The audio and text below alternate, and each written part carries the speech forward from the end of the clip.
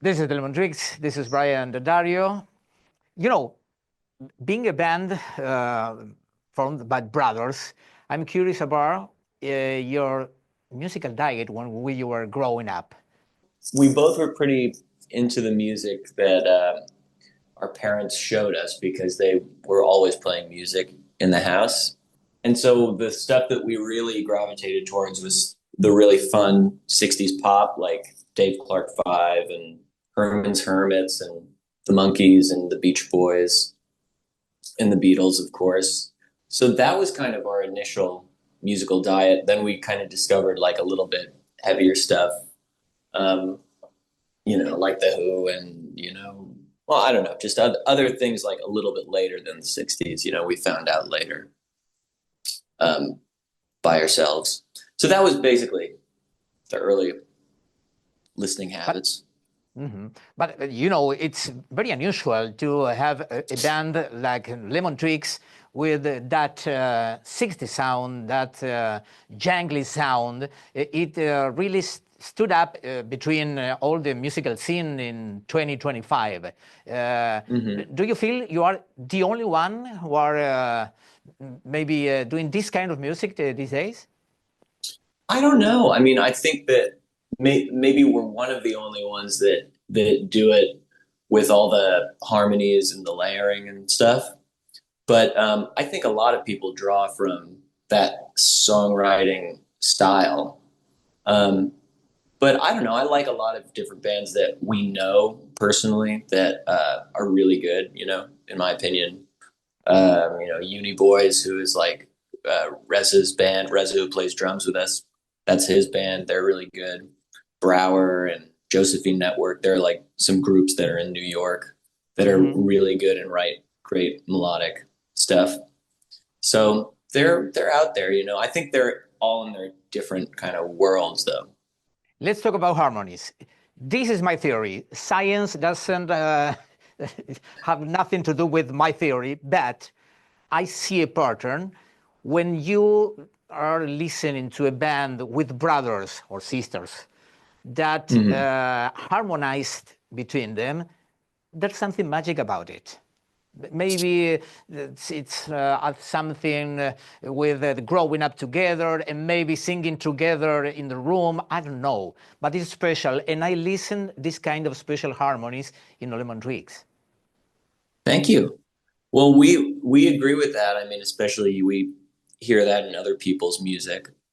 The Beach Boys blend and, the way the Kinks sound together and Everly Brothers, of course. But the Beach Boys, the Roaches, like things like that. But I think we we didn't really utilize it that much with our band until about like 2 or 3 years ago. Like we were Mhm. just into our own songs. I'll overdub my voice all on this song. It's my song. I should just sing on it. We were into the Todd Rundgren kind of thing of just doing everything yourself. But then we kind of realized that we had that kind of blend, and we worked really hard to kind of, just perfect that as much as we could. Just between Michael and I. So I agree. Okay, there's no science, but you agree with my theory. Okay, okay. I take Yeah, it as a just compliment. similar voices in general, they come from singing together from youth, I think. Okay. Yeah. I can't believe you said the roaches. I thought Oh, they're great, right? yeah, yeah. I thought nobody ever remember that incredible band. So okay, it's okay, it's okay. Let's talk about references. It's funny when you read the reviews of the Lemon Twigs albums. The journalist names bands, Beatles, Beach Boys, Birds, Kings, Simon and Garfunkel, even glam bands. I read hmm something about the T-Rex, and when you listen to the Lemon Twigs albums, it's true. All these influences are there, and you blend it like in a very distinctive way. Are you hmm aware of that? Yeah, to a degree. I mean, but we'll talk about like other records, especially when we're talking about sounds, because like guitar sounds, and I mean, we don't ever think about other bands when we're actually like writing a song. Well, at least I don't. Maybe Michael does sometimes, but I just try to think of the song itself and how to like actually make it as good as I can. Um, and I try to be original in that sense, like, not copying someone else's melody. But when it comes to production and arrangement, it's fun. It's like a fun way to create, to say like, well, let's try to get this sound that we heard here for these guitars, and let's try to do something from another thing. I mean, it's just production tricks. So it's fun to try to work that stuff out and think, how did they get that sound? And maybe we get it a different way and something else comes from it. Talking about that, tell me about your experience working with Todd Rundgren. Well, it was awesome. He was so impressive to us, the way he worked, because the song that we did with him, we just needed him to sing this kind of exact part.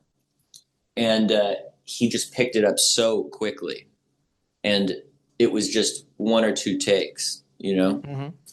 And it was like that. We performed with him like slightly before we recorded with him.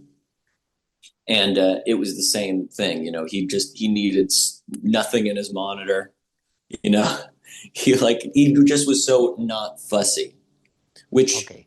I think when you get to a certain level, it's like, you can be fussy, like people will let you be fussy, but he just wasn't at all. It was just all about capturing the moment and, moving on. And I think he's a very, inspiring guy in that sense. What about having Sean Ono Lennon in your last album? That was great. I mean, it was awesome recording with him. I definitely like to do it again, because he's very musically adept.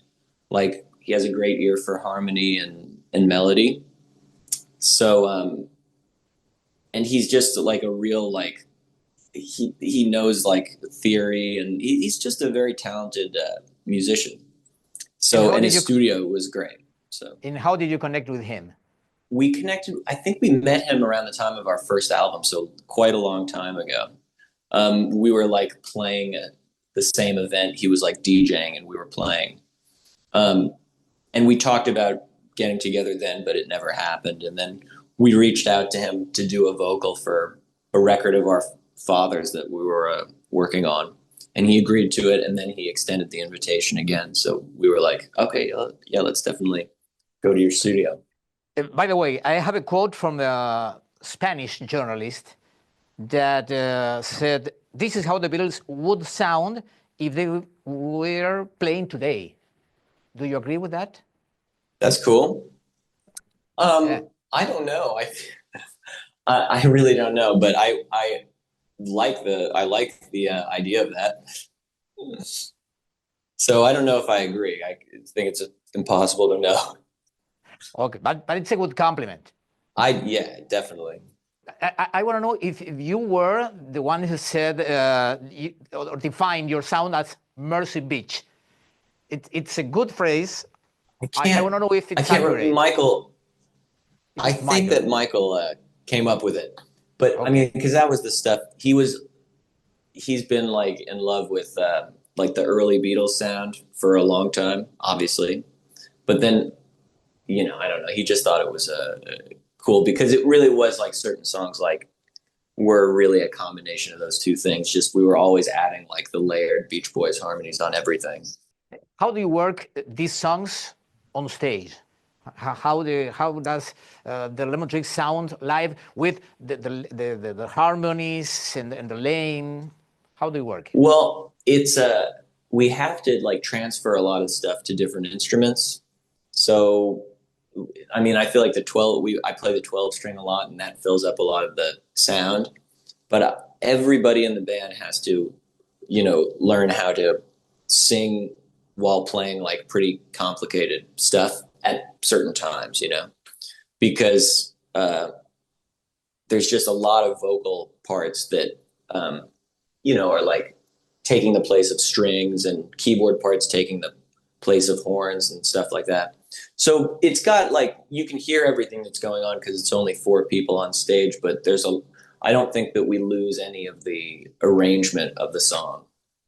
live. But it's kind of a lot of you sometimes like you have to really focus. I think for us, we're not, you know, we have to practice that kind of thing. Yeah, but you are really skilled on your instruments, so it's gonna be. I don't know if it's easy, but you can do it.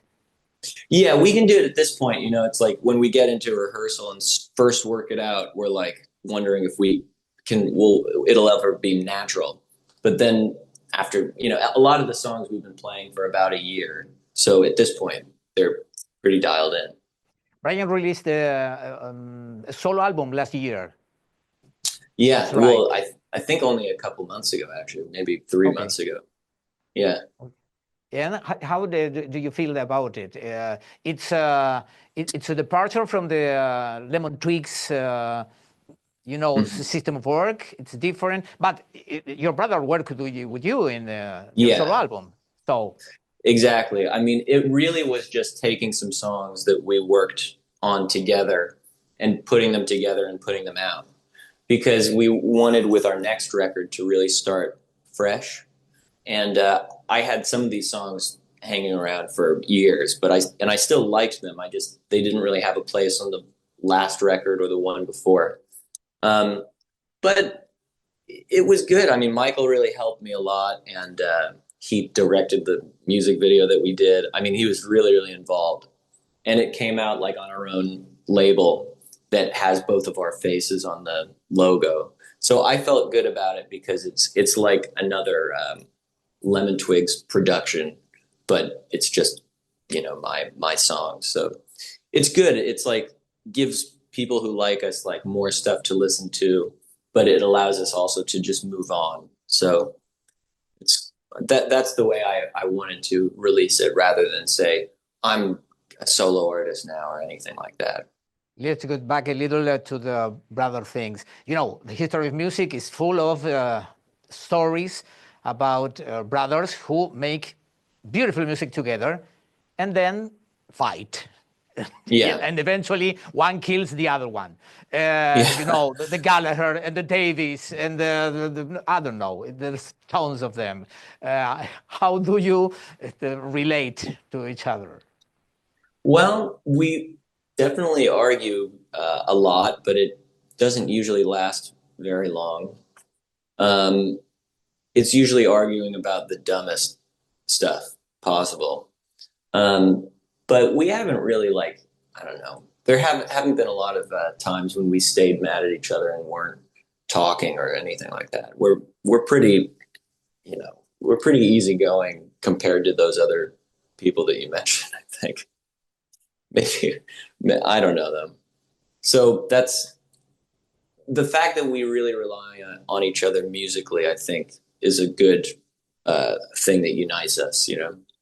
Ryan, finally, is it accurate if I say that having a 60s sound is very modern today? Would you agree with that?